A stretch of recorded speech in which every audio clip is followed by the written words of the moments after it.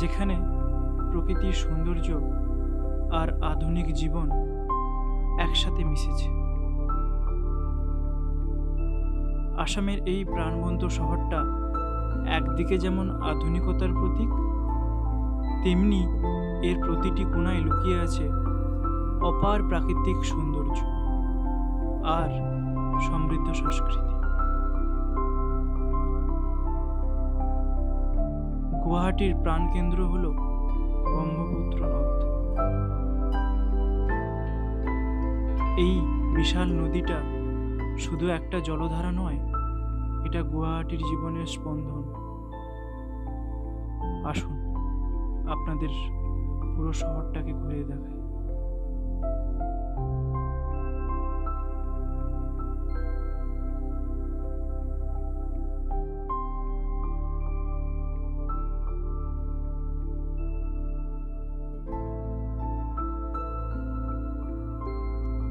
এখন আমি মেচেদা স্টেশনে, আর এখান থেকে আমার গন্তব্য হলো গুয়াহাটি।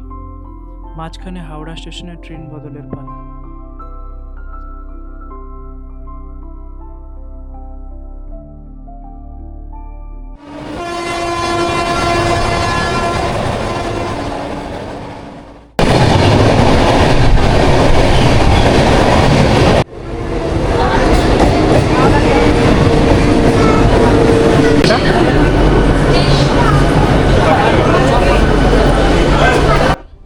মেচেদা থেকে হাওড়া পর্যন্ত এই জার্নিটা খুবই পরিচিত, কিন্তু আজ তার মধ্যেও একটা আলাদা উত্তেজনা কাজ করছে। অবশেষে পৌঁছেছি হাওড়া স্টেশনে। দেশের অন্যতম ব্যস্ত এই রেল স্টেশনটা যেন একটা ছোটোখাটো শহর। এখন গুয়াহাটি যাওয়ার জন্য ট্রেন বদল করতে হবে। হাতে কিছুটা সময় আছে, তাই চললাম স্টেশনের চারপাশটা ঘুরে দেখতে।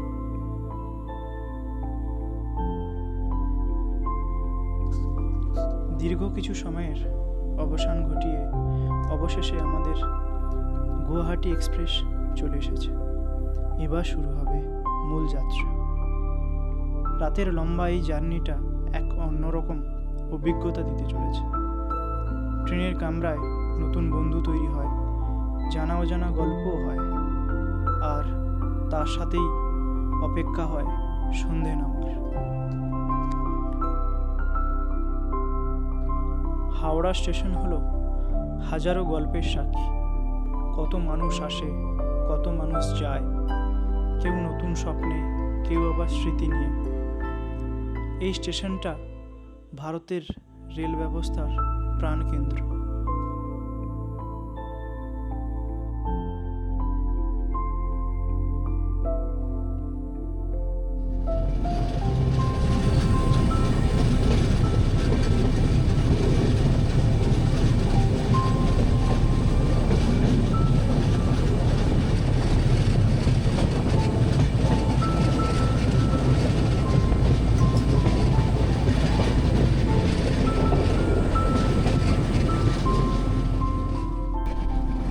রাত পেরিয়ে ভোর হয়েছে।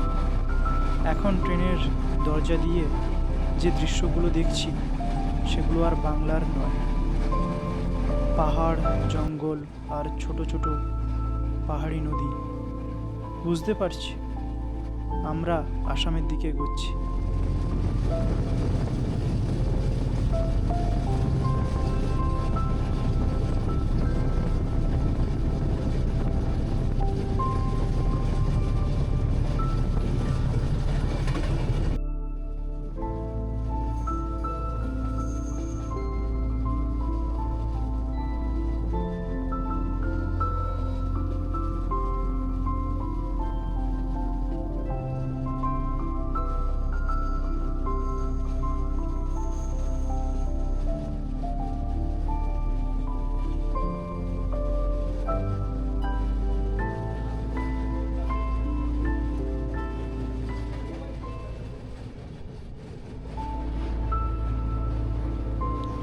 এই দেখুন, এই ব্রিজটা পেরোনোর সময় মনে হলো যেন কোনো শিল্পীর আঁকা ছবির মধ্যে দিয়ে যাচ্ছে।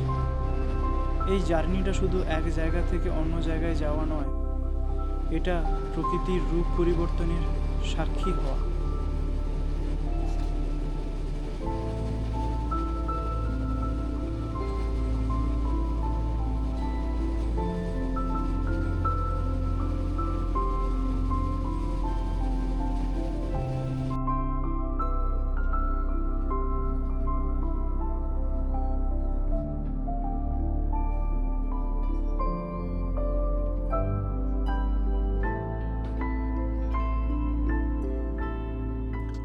অবশেষে আমরা গুয়াহাটি স্টেশনে পৌঁছে গেছি।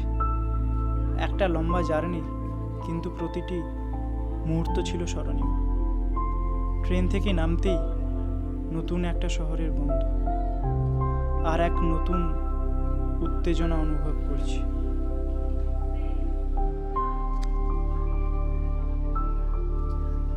এই শহরটাকে এক্সপ্লোর করার জন্য আমি আর অপেক্ষা করে থাকতে পারছি না।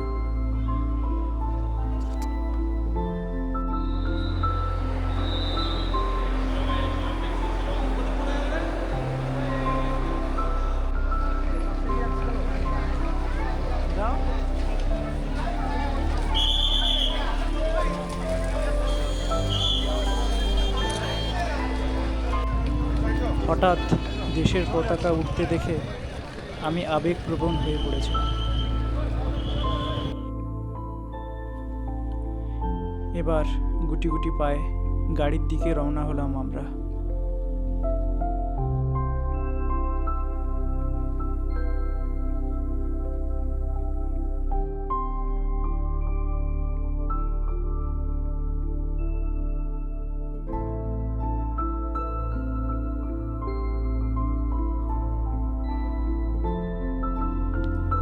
এই প্রথমবার গুয়াহাটি শহরটিকে নিজের চোখে দেখা। এবার গাড়ি ধীরে ধীরে রওনা হচ্ছে হোটেলের উদ্দেশ্যে।